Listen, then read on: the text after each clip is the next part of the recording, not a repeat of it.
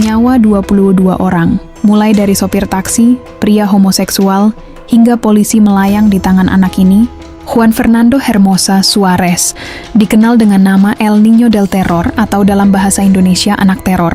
Lahir pada 28 Februari 1976 di kanton Xusufindi, sebuah wilayah terpencil di provinsi Sucumbíos. Hermosa kecil seolah sudah ditakdirkan untuk hidup dalam kegelapan. Ia diadopsi oleh Rafael Olivo Hermosa Fonseca dan Zoila Amada Suarez Mejia. Lalu dibawa ke Quito, kota yang ramai namun penuh kontras. Di lingkungan padat di utara kota, rumah mereka berdiri sederhana, dikelilingi hiruk-pikuk tetangga dan aroma makanan jalanan yang menggoda. Namun di balik pintu rumah, kehidupan Hermosa jauh dari hangat.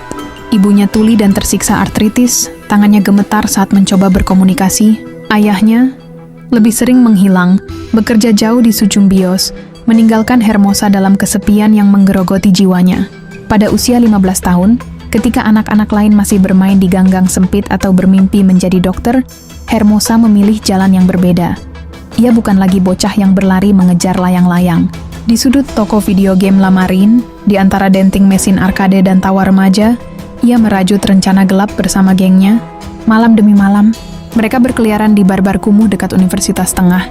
Tempat musik mengalun pelan dan asap rokok memenuhi udara. Dengan pistol 9 mm selip di pinggang, Hermosa bergerak seperti bayangan, tak terlihat namun mematikan. Pada 22 November 1991, teror dimulai di Jalan 10 de Agosto yang sibuk. Seorang supir taksi tak menduga bahwa penumpang mudanya adalah maut itu sendiri. Tembakan keras mengguncang malam, darah merembes ke jok mobil, dan tubuh korban dibuang di lembah Los Chilos. Selama 4 bulan, Hermosa menjadi badai yang tak terhentikan. Setiap akhir pekan, ketika kota bersiap untuk beristirahat, ia berburu. Supir taksi, pria homoseksual, salah satu momen paling mengerikan terjadi di sebuah rumah kecil di selatan Quito. Charlie, seorang transgender, mengundang Hermosa masuk.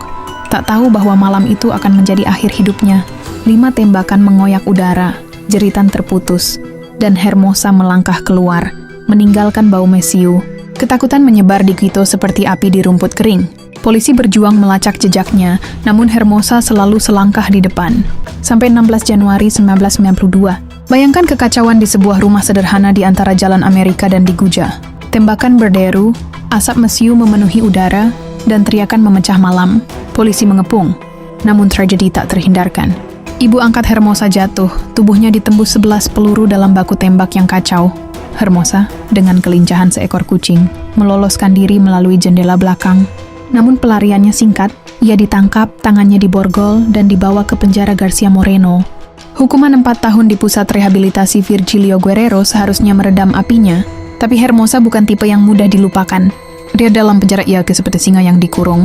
Dengan bantuan pacarnya, Yadira, ia mendapatkan pistol dan melarikan diri.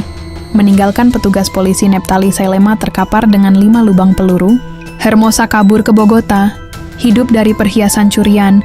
Namun kelaparan akhirnya memaksanya kembali ke Ekuador, di mana polisi menangkapnya lagi. Januari 1996 seharusnya menjadi awal baru. Hermosa dibebaskan, kembali ke Sucumbíos, dan mencoba menjalani hidup. Ia terlihat di diskotek, menari di bawah lampu neon yang berkedip, atau di rumah-rumah bordil, mencari pelarian dari masa lalunya. Namun bayang-bayang kejahatannya tak pernah jauh. Pada 28 Februari 1996, di tepi sungai Aguarico yang gelap dan berderu, tubuhnya ditemukan. Tak usah dibayangkan apa yang terjadi padanya. Sudah pasti bukan hal yang bisa dibayangkan. Tangan terikat kawat berduri, luka di tubuhnya, hingga bekas peluru di dahi. Tidak bisa dikenali jika dompetnya tidak ditemukan. Kemungkinan balas dendam dari mereka yang pernah direnggut kehidupannya oleh tangan Hermosa. Kisah Juan Fernando Hermosa Suarez adalah lukisan kelam tentang seorang anak yang tersesat di labirin keputusasaan,